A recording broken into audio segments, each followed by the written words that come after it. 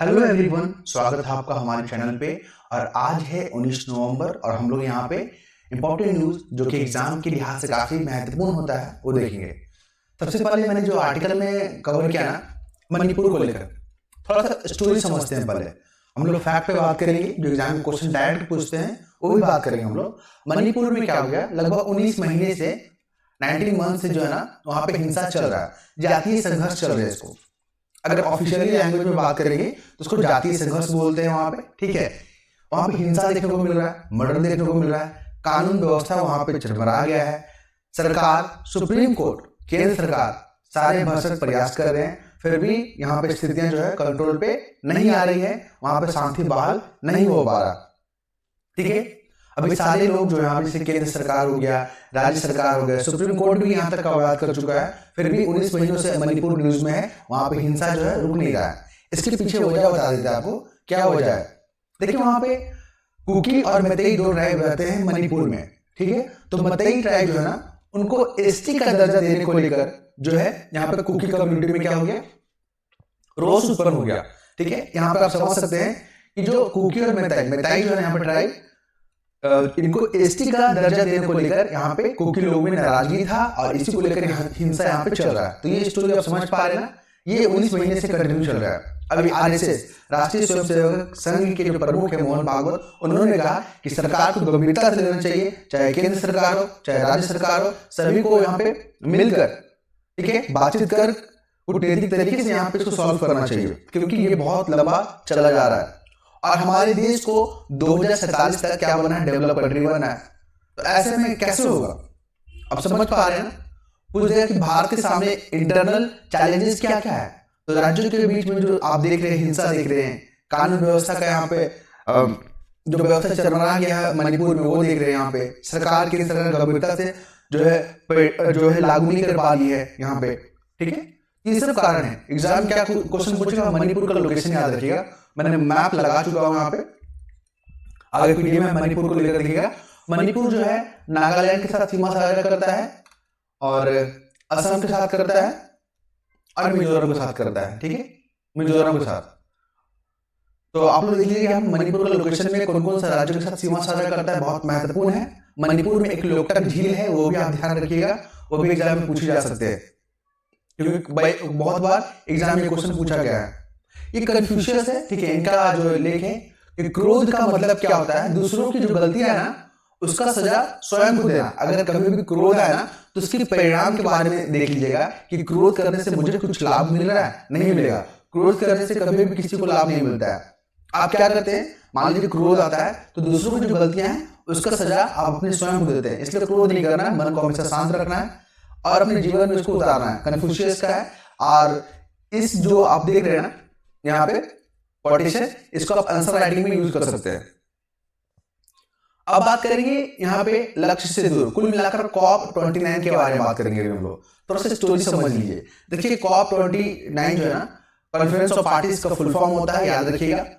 और conference of party जो corp हो गया, ये कहाँ पे हो रहा है, अजरबैजान के बाकू जो नामक शहर है, वहां पे आयोजन हो रहा है। कुल मिलाकर जो क्लाइमेट चेंज है, ठीक है, सीसी क्लाइमेट चेंज, जलवायु परिवर्तन बोलते हैं इसको हिंदी में, इससे क्या हो रहा है ना, बहुत बड़ा समस्या जो है भविष्य में देखने को मिलेगा। आप देखें, जलवायु संकट के कारण जो गर्मी के दिनों में एक्सट्रीम गर्मी पड़ रहा है, ठंड के दिनों में एक्सट्रीम ठंड पड़ रहा है ना। पहले जो है बरसात का मौसम 3 महीनों तक चलता था, अब जो है 1 महीने में सिमट जा रहा है। पानी जो है, जो वर्षा का पानी होता है वो नियमित होता था, पहले धीरे धीरे होता था, अब जल्दी जल्दी पानी हो रहा है और पानी बह भी जा रहा है। तो ऐसे में क्लाइमेट चेंज का बहुत बड़ा परिणाम देखने को मिल रहा है।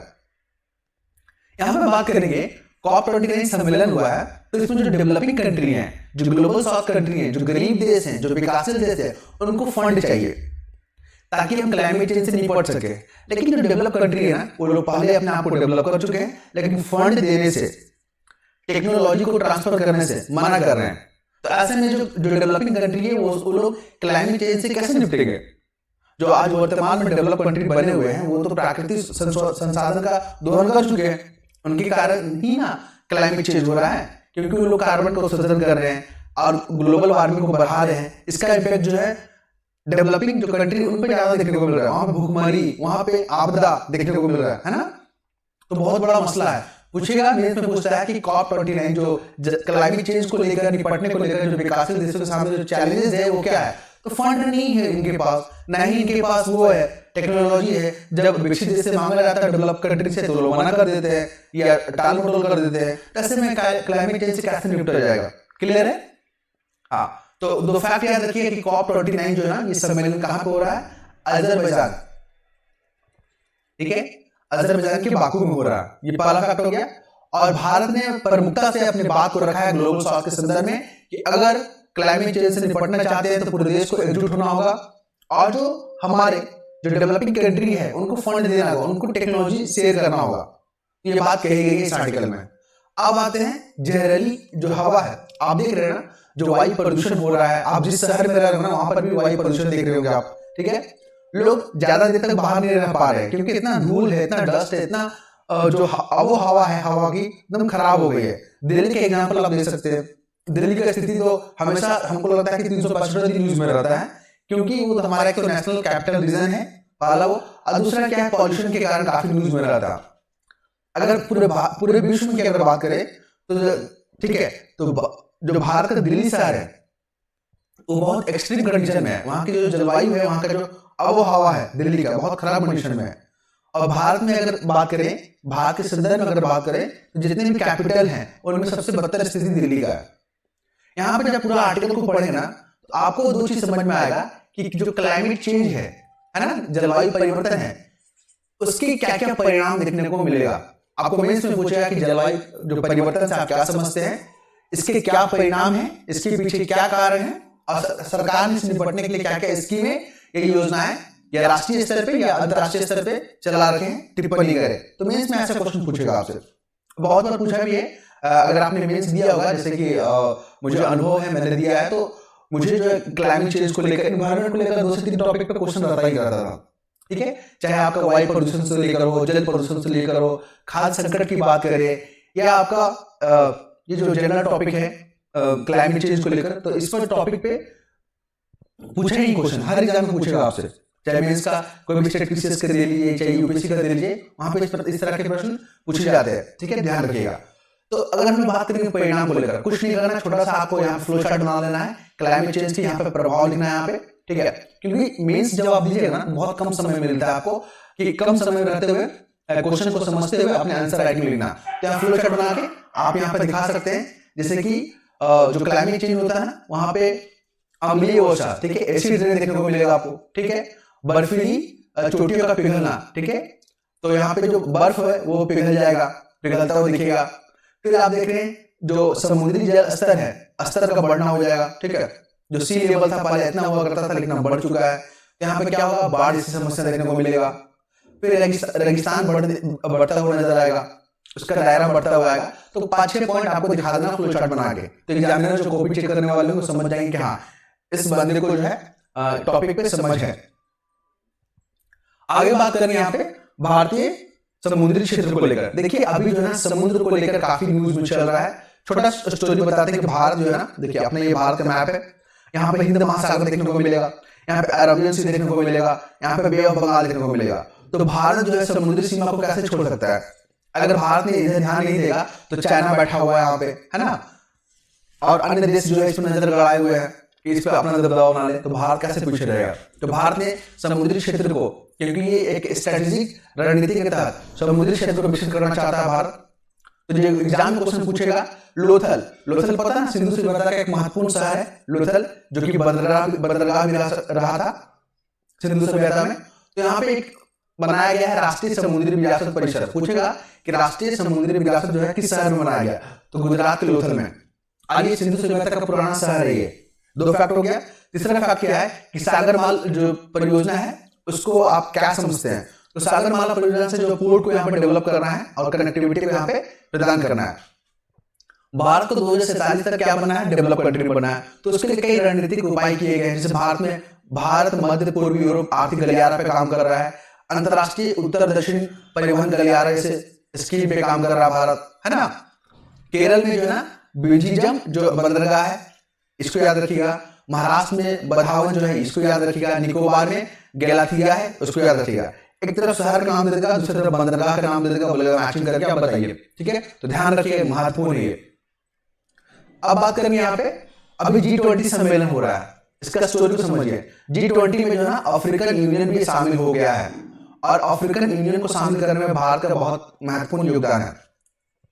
2023 में जो हुआ था G20 सम्मेलन, वो कहाँ हुआ था? अपने दिल्ली में हुआ था ना, इंडिया में हुआ, और भारत ने इसका अध्यक्षता किया ना, तो किया। इस बार जो है 2024 का कहां हो रहा है? ब्राजील में हो रहा है। नाम याद रखिएगा, ब्राजील में हो रहा है। और एक टर्म जो है काफी न्यूज में है, ग्लोबल साउथ। ये क्या है? तो ग्लोबल साउथ का मतलब क्या होता है? जो डेवलपिंग कंट्री, जो गरीब देश है, जो डेवलप कर रहे हैं, उनको यहाँ पे संदर्भ किया गया है। देखिए, ग्लोबल साउथ का आशय कमजोर या विकासशील देशों से है। एग्जाम डायरेक्ट क्वेश्चन पूछ देगा कि ग्लोबल साउथ जो चर्चा में रहा है, इससे आप क्या समझते हैं? तो बोलेगा कि एनवायरमेंट से जुड़ा हुआ शब्द है, या गरीब देशों का एक समूह है, डेवलपिंग कंट्री का एक समूह है। तो ऐसा कंफ्यूज करेगा, आपको ध्यान रखना। तो ये सब पेपर पढ़ने का यही फायदा होता है। फिर दूसरा देखेंगे, रियो डी जेनेरियो में हो रहा है G20 सम्मेलन। 2 फैक्ट हो गया यहाँ पे। 2023 में जो भारत में हुआ था, उसका थीम क्या था?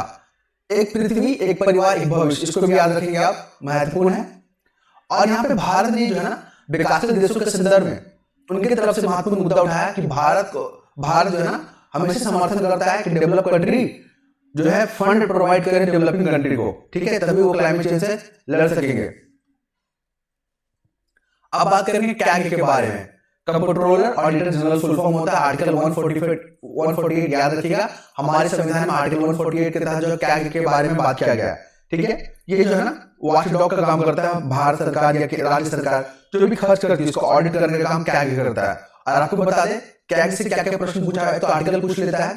कैग के बारे में पूछता है कि इसको अपॉइंट कौन करते हैं, तो केंद्र सरकार करता है, लेकिन राष्ट्रपति के द्वारा। ठीक है, कैग को हटाने के लिए संसद की भूमिका होती है, याद रखिएगा। लेकिन अटॉर्नी जनरल को हटाने के लिए कैग की मतलब संसद की भूमिका नहीं होती है। इस फैक्ट को आप याद रखेंगे, महत्वपूर्ण है।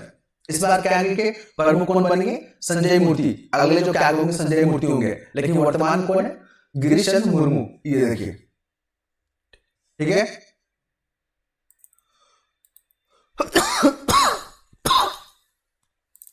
आगे बात करेंगे हम लोग। देखिए, बहुत सारा यहाँ पे टाइगर रिजर्व है, बहुत सारे यहाँ पे नेशनल पार्क है, वाइल्ड लाइफ सेंचुरी है, लेकिन कितना कुछ याद रखें हम। एग्जाम में सब कुछ याद रखना पॉसिबल नहीं है, तो जो न्यूज में रहता है ना उसको बस ध्यान में रखिएगा।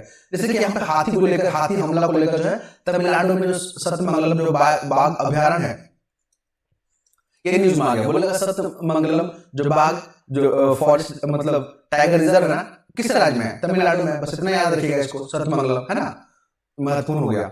ये आसियान को लेकर प्रश्न है, आपको सॉल्व करना है। आप बहुत लोगों ने अभी जवाब नहीं दिया है, आप लोग कोशिश कीजिएगा जवाब देने का। वर्तमान में बिहार की संपत्ति का मुख्य स्रोत क्या है, ये जवाब देना आपको। फिर शिशु मृत्यु दर से आप क्या समझते हैं, उसके बारे में बात करना है। 1991 में नई आर्थिक जो पॉलिसी आया था, उसमें किन किन कॉन्सेप्ट के बारे में बात किया गया था, ये क्वेश्चन है। फिर यहाँ पे मणिपुर, देखिए मणिपुर है ना, यहाँ पे असम का लोकेशन, नागालैंड का मिजोरम को ध्यान रखिएगा। यहाँ पे कनाडा न्यूज में है खालिस्तानी सपोर्टर को लेकर, यहाँ पे गल्फ ऑफ अलास्का, बैफिन बे, ठीक है, आर्टिक ओशियन, इस चीज को ध्यान रखिएगा। रसिया, चाइना को ध्यान रखिएगा। यहाँ पे इंडिया का लोकेशन याद रखिएगा, जापान का लोकेशन याद रखिएगा। फिर आसियान मेंबर में वियतनाम, ब्रुनेई, मलेशिया का लोकेशन याद रखिएगा, इंडोनेशिया का लोकेशन याद रखिएगा। ब्रिक्स में जो मेंबर हैं कुल 10 मेंबर हैं, ठीक है, नए 5 मेंबर जुड़े हैं। 42% population, 23% of GDP, 17% of world trade, ये तीनों फैक्ट को याद रखिएगा। फिर ईरान के बारे में बात करेंगे तो Afghanistan, Pakistan, Turkmenistan, Azerbaijan, Armenia, Iraq जैसे देश यहाँ पे बाउंड्री साझा करता है। यूक्रेन के बारे में अगर हम लोग बात करें, यूक्रेन रशिया के साथ, बेलारूस के साथ, पोलैंड के साथ, रोमानिया के साथ बाउंड्री साझा करता है। ये बिहार में गंगा नदी बीचों बीच बहती है, 12 जिला को टच करती है। सबसे लंबी नदी जो है पटना में बहती है, गंगा नदी 445 किलोमीटर जो फ्लो करता है यहाँ पे, ठीक है। कौन कौन से सहायक नदियां हैं वो उसको ध्यान रखिएगा। फिर यहाँ पे आपको मेडिटेरियन सी देखने को मिल रहा है, और सीरिया और जॉर्डन जो है यहाँ पे बाउंड्री साझा नहीं करते मेडिटेरियन के साथ। ये क्वेश्चन बहुत बार रिपीट किया गया है, तो आई होप आपको पसंद आया होगा। अपना फीडबैक देना ना भूलें, आप क्वेश्चन को अटेम्प्ट जरूर कीजिएगा, ठीक है। धन्यवाद।